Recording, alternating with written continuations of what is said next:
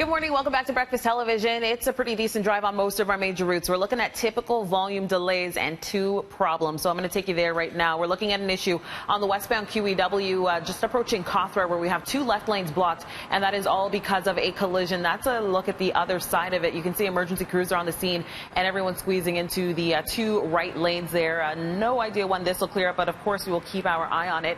It's pretty jammed up from Dixie as of right now. Taking a look at this other problem. This is a look at the southbound 427 approaching Rathburn in the Express, where we have a right lane blocked by emergency vehicles dealing with a collision on the shoulder. So we are looking at delays from about the 401. That is a look at traffic. Getting old? Catch The Suspendables, a hilarious podcast by Jungle Jim Jerome and Russ Cortnell on the signs of aging. Search The Suspendables on any podcast streaming service. Hope you're having a good start to your Thursday morning. Good start weather-wise as we can take a look at the satellite combined with the radar this morning.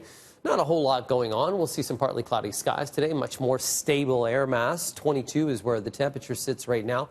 15 to Friends in Muskoka this morning. 18 in Windsor. Windsor, you're underneath a heat warning. Windsor through Chatham, as you're going to see humidex values through Windsor almost at 40 today. 16 is your temperature in Ottawa. Current humidex value here in the city of Toronto right now sits at about 30.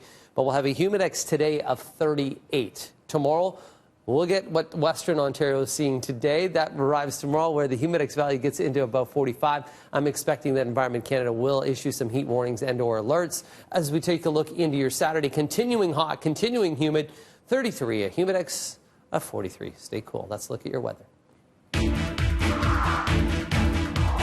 An early morning fire as well as a stabbing happening just 5 floors below at an apartment building on Dundas near Bond Street, just outside our studios here. And now the search is on to see if there may be a link between the two incidents. Let's get live to our Tammy Sutherland standing by with more on this. Tammy. And we're still waiting to hear from police as to whether or not there is some kind of connection between these two very bizarre incidents. It all started at about 4 o'clock this morning, and I'm just going to show you quickly what's left of the fire. It is a charred balcony on the 8th floor of this building at 80 Dundas Street West. Now, BT and City News cameras were the only ones on scene at the time at the height of the fire as the flames were raging through that balcony this morning at about 4 o'clock. And it was just before that fire crews responded to the building for the call of an alarm call for the building, an alarm going off. When they arrived, they went to the 3rd floor and found someone who was suffering from what appeared to be a stab wound. And it was shortly after that that they noticed smoke, then went up to the 8th floor where they found this fully involved apartment fire. It was quickly knocked down, and now police are the only ones who really remain on scene here this morning as they're investigating what happened here. And fire investigators, though, they're holding the 8th floor in the meantime and won't say whether or not someone was inside that apartment at the time of the fire. I can't say right now, so I'm not sure. There may have been, I'm not sure. The fire had a bit of a start on the guys because of the delay with the alarm, and they entered into the unit and extinguished a fully involved apartment fire on the 8th floor. So then we had to deal with heavy smoke on the 8th and some multiple floors above. Now, no other injuries were reported at all, and police say that the person who was taken to hospital suffered some type of wound to their hand. Again, we're looking to see how that was caused and whether or not there's any connection between these two incidents here at the same building at the same time. Dundas Street has reopened now for this investigation. It was closed earlier this morning. Mel, I'll send it back to you. Okay, Tammy, thank you for that. Let's get to some world news now. Officials in Japan suspect arson in a fatal fire at an animation studio in Kyoto today.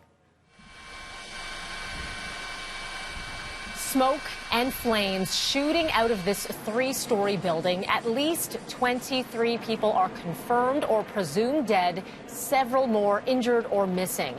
A man among the injured is in custody in hospital. Police saying he poured what appeared to be gasoline around the studio and reportedly shouting, "Die," before setting the place on fire.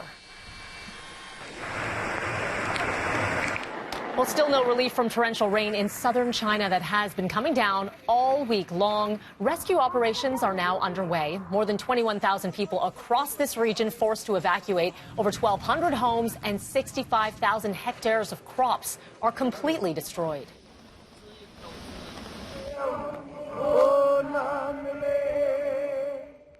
Elders in Hawaii leading a third straight day of protests, delaying construction of a giant new telescope on the state's tallest mountain, which is also a dormant volcano. They consider the area sacred ground. Officials, though, making arrests and saying the $1.4 billion project will continue. Protesters have been fighting the telescope for years, but it was given the go-ahead by the state Supreme Court last October.